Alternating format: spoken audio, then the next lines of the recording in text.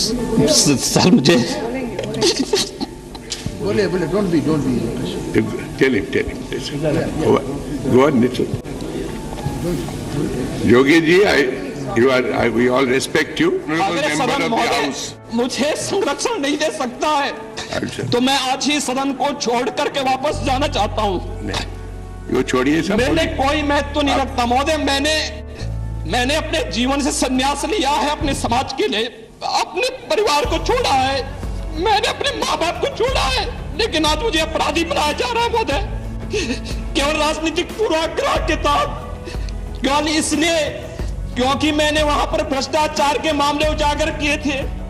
साल 1993 उत्तराखंड के पंचूर गांव में रहने वाला अजय अचानक से घर से लापता हो जाता है। बेटे को खोजने पिता आनंद सिंह हर मुमकिन जगह पर गए, लेकिन उसका कोई अता पता नहीं था। बेटे की याद मां के लिए एक एक दिन काटना मुश्किल था। हालांकि अब बेटे के वापस आने की उम्मीदें धुंधली सी होने लगी थी, मगर 6 महीने बाद अजय अचानक से अपने गांव लौटता है। बेटे के वापस आने की खबर सुन मां की आंखों में खुशी के आंसू भर जाते हैं, मगर बेटे के स्वागत के लिए वो जैसे ही अपना दरवाजा खोलती हैं तो उसकी आंखें खुली की खुली रह जाती हैं। अजय ने आज जींस टी शर्ट नहीं बल्कि भगवा चोला पहना हुआ है, सिर घुटा हुआ है, दोनों कानों में बड़े बड़े कुंडल पहने हुए हैं और हाथ पर खप्पर लिए वो अपनी मां से कहता है, मां भिक्षा दीजिए। इस हैरान करने वाली घटना को लेकर वरिष्ठ पत्रकार अपनी किताब यदा यदा ही योगी में लिखते हैं। अजय को ऐसी हालत में देखकर मां वहीं स्थिर हो गई। मुंह खुला तो सही, लेकिन शब्द नहीं फूटे। आंखों में आंसुओं की धार बहने लगी। जो सत्य साक्षात सामने खड़ा था उसे देखते हुए भी यकीन नहीं हो रहा था, या शायद यकीन करने की हिम्मत नहीं थी। मगर सत्य सनातन है, टाला नहीं जा सकता। सत्य ही तो था वो। मां के सामने उनका बेटा युवा सन्यासी के भेष में खड़ा था। कल तक कॉलेज से लौट कर आते ही हंसते मुस्कुराते चेहरे को देखने की आदत थी, और आज उनका नौजवान बेटा अजय सन्यासी के रूप में खड़ा था। मां का मन कहता है कि यह मेरा बेटा नहीं हो सकता, लेकिन दिमाग जानता था कि ईश्वर जितना कठोर हो सकता है, उनका बेटा उससे भी कहीं ज्यादा कठोर हृदय का हो गया है। तभी अजय से आदित्यनाथ बने बेटे ने अपनी मां से कहा, मां भिक्षा दीजिए। मां ने खुद को संभालते हुए कहा, बेटा ये क्या हाल बना रखा है, घर में क्या कमी थी जो भीख मांग रहा है। तभी बेटा कहता है कि मां सन्यास मेरा धर्म है, एक योगी की भूख भिक्षा से ही मिटेगी, आप भिक्षा में जो कुछ देंगी वही मेरे मनोरथ को पूरा करेगा। तभी मां ने रोते हुए कहा कि पहले तुम अंदर तो आओ। मगर युवा सन्यासी अपनी मां के आंसुओं से भी नहीं पिघला और उनसे कहा, नहीं मां, बिना भिक्षा लिए ना तो मैं घर के अंदर आऊंगा और ना ही यहां से वापस जाऊंगा। आप पहले मुझे भिक्षा दीजिए, मैं रमता जोगी हूं। आप मुझे भिक्षा दीजिए, मैं फिर प्रस्थान करूंगा। आंसू को छिपाती मां अंदर गई और जो समझ में आया उसने बेटे के भिक्षा पात्र में डाल दिया। भिक्षा लेते ही योगी आगे चल दिया। कानों में आवाज अब भी गूंज रही थी, अलख निरंजन। इस तरह से आध्यात्म के सफर पर चलकर अजय सिंह बिष्ट बन गए थे योगी आदित्यनाथ। और आज हम आपको योगी आदित्यनाथ के जीवन से जुड़ी ऐसी ही कुछ अनकही अनसुनी कहानियां बताएंगे, इसलिए बने रहिए वीडियो के अंत तक।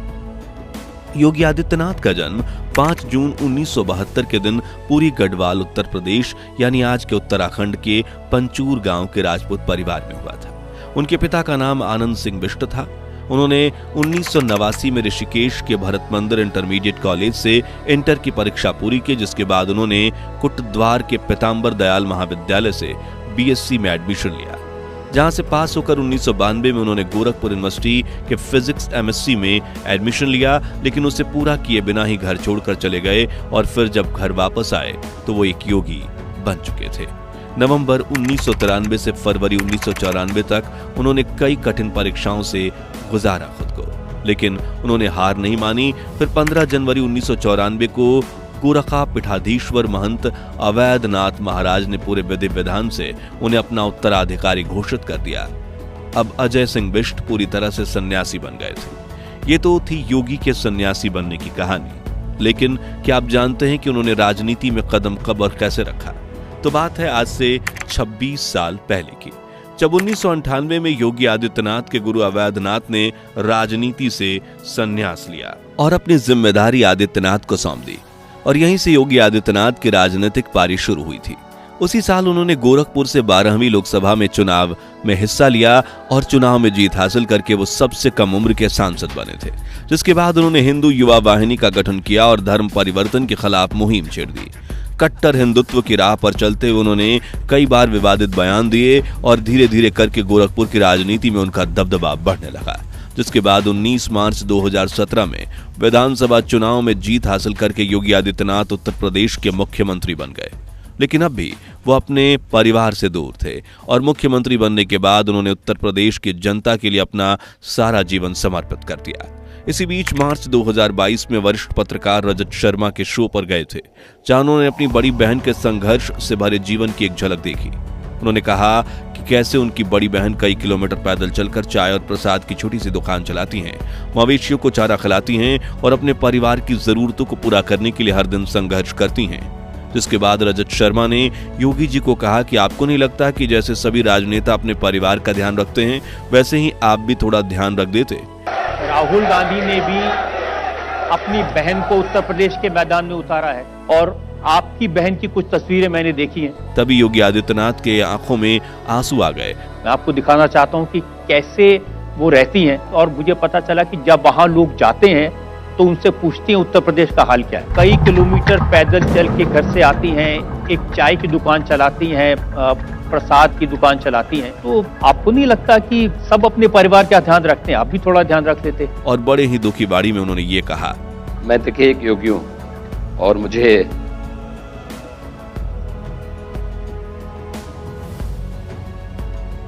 पूरे प्रदेश का ध्यान रखना होता है। आगे उन्होंने कहा कि एक मुख्यमंत्री के रूप में मैंने राजधर्म की शपथ ली है, अपने परिवार की नहीं। मुझे पूरे प्रदेश का ध्यान रखना होता है। मेरे लिए उत्तर प्रदेश के 25 करोड़ की जनता ही मेरा परिवार है। मैं उनके सुख दुख में सहभागी हूँ। दोस्तों, सन्यासी जीवन जीने के लिए आपको घर, परिवार, गांव सब कुछ त्यागना पड़ता है।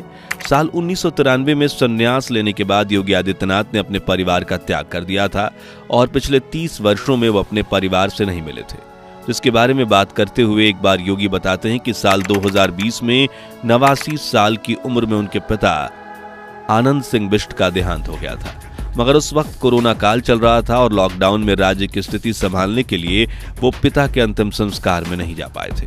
हालांकि बाद में अपनी मां से मिलने जरूर गए थे, लेकिन अपने पिताजी को याद करते हुए बताते हैं कि एक बार वो नजीबाबाद के चीनी मिल के उद्घाटन में गए थे और भाषण करते हुए उनका ध्यान सामने बैठी जनता में गया, जहां बैठे एक व्यक्ति का चेहरा देख योगी जी स्तब्ध रह गए। वो व्यक्ति थे उनके पिताजी आनंद सिंह बिष्ट। तभी उन्होंने तुरंत सभा खत्म की और अपने लोगों को कहा कि जाओ सामने से मेरे पिताजी को लेकर आओ। तब तकरीबन 25 सालों बाद योगी आदित्यनाथ की अपने पिताजी के साथ मुलाकात हुई। उन्होंने पिताजी के पैर छुए और फिर उनसे ढेर सारी बातें भी की। खैर, 30 वर्षों तक एक सन्यासी की तरह कड़ी तपस्या करने के बाद जब योगी आदित्यनाथ दोबारा सीएम बने थे, तब वो पहुंचे थे पंचूर गांव के अपने घर, जहां मां सावित्री कर रही थी 3 दशकों से अपने बेटे अजय का इंतजार। घर पहुंचते ही योगी ने सबसे पहले अपनी मां को माला पहनाते हुए पूछा, पहचान लिया मुझे? तभी मां ने मुस्कुराते हुए कहा, हाँ पहचान लिया। फिर उन्होंने अपनी मां के पैर छुए आशीर्वाद लिया। मां सावित्री ने अपना ममतामयी हाथ जब योगी के सिर पर रखा तो उनकी आंखों में आंसू आ गए।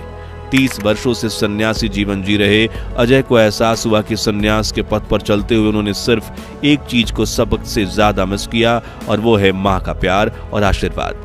बताया जाता है कि 1994 में संन्यास लेने के बाद योगी आदित्यनाथ 2022 में पहली बार जब अपने गांव गए थे और परिवार कार्यक्रम का हिस्सा बने थे। दरअसल संन्यास के पथ पर चलते हुए एक व्यक्ति को अपना घर, परिवार, गांव सब कुछ छोड़ना पड़ता है। साल 1998 जब योगी आदित्यनाथ के गुरु अवैधनाथ ने राजनीति से संन्यास लिया और अपनी जिम्मेदारी आदित्यनाथ को सौंप दी, उसी साल उन्होंने भारतीय जनता पार्टी की तरफ से गोरखपुर से लोकसभा चुनाव में हिस्सा लिया और 26,206 वोट से समाजवादी पार्टी के जमुना प्रसाद निषाद को हराया और सबसे कम उम्र के सांसद बन गए। जिसके बाद 1999 और 2004 के लोकसभा चुनाव में उन्होंने बहुमत से जीत हासिल की, लेकिन प्रदेश में समाजवादी पार्टी की सरकार थी, इसलिए उन्हें काफी मतभेद का सामना करना पड़ा।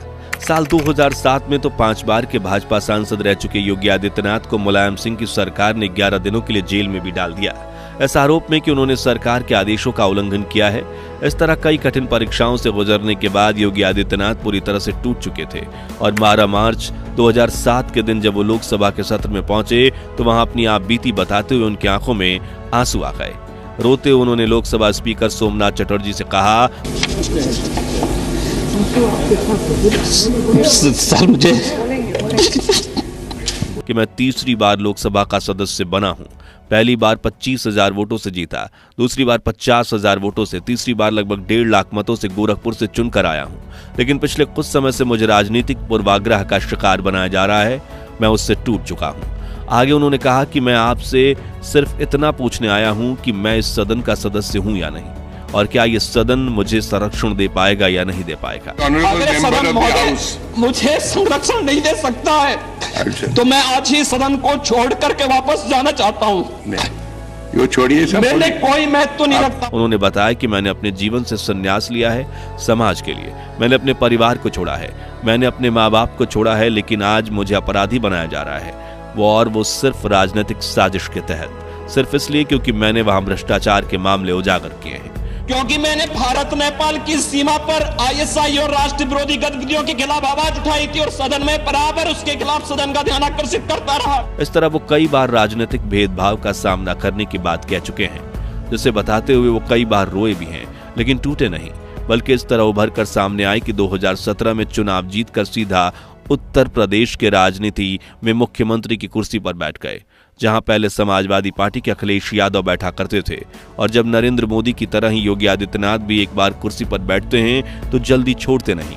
इसलिए 2022 में चुनाव में भी उन्होंने आसान से जीत हासिल की और आज उन्हें रोने वाले नहीं बल्कि रुलाने वाले राजनेता के नाम से जाना जाता है। योगी आदित्यनाथ हिंदुत्व विचारधारा रखते हैं और जानवरों से उन्हें काफी लगाव है। वो गोरखपुर मठ की गौशाला में गायों को चराते हैं, खिलाते हैं और बंदरों को बजरंगबली का अवतार मानते हैं। इसी को लेकर उन्होंने एक दिलचस्प कहानी सुनाई थी जब मथुरा के लोगों ने शिकायत की थी कि हमें बंदर काफी परेशान करते हैं, जो सुनकर उन्होंने ये कहा था, मैंने कहा बजरंगबली की आरती करना शुरू करो, हनुमान चालीसा का पाठ कर दो, बंदर कभी नुकसान नहीं पहुंचाएगा। योगी कहते हैं कि आपने मेरे फोटोज देखे होंगे जिसमें जब मैं गोरखपुर कार्यालय में काम करता होता हूं तब एक बंदर आकर मेरी गोदी में बैठ जाता है, लेकिन असल में वो पालतू नहीं बल्कि एक जंगली बंदर था। तो ये योगी आदित्यनाथ का पालतू बंदर कैसे बना?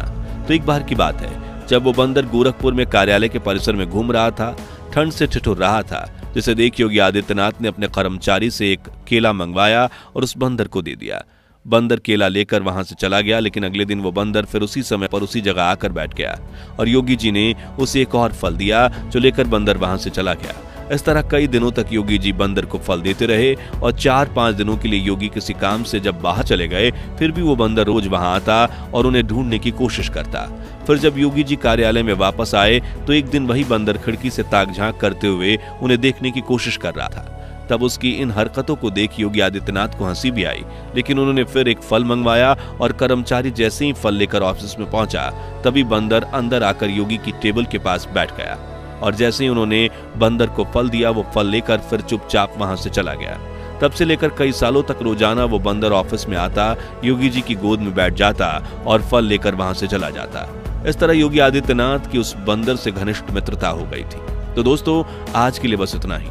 अगले वीडियो में आप भारत के किस महान व्यक्ति के जीवन से पर्दा उठते हुए देखना चाहते हैं, कमेंट्स में जरूर बताइए। वीडियो अच्छा लगा हो तो इसे लाइक और शेयर करके हमें सपोर्ट कीजिए और ऐसे ही रोमांचक वीडियोस देखते रहने के लिए चैनल को सब्सक्राइब करके पास वाली घंटी जरूर बजा दीजिए। जय हिंद, जय भारत।